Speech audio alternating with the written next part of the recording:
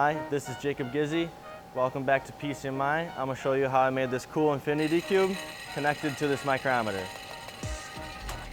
So the first thing we did here is use the 5-axis machine to program our dimensions for this piece. The beauty of the 5-axis machine is you can get all 5 sides in one setup.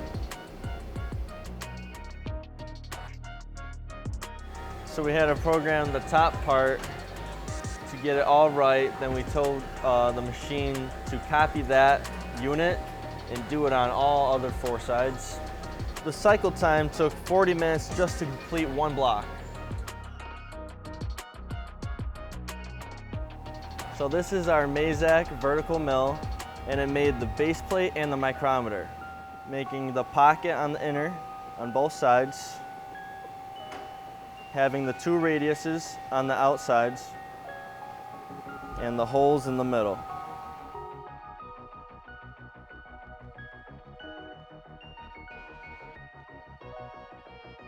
So we made this handle on the lathe with the thread. We had this taper there, and we used our knurling tool to get this extra texture and grip. So this was our first base plate.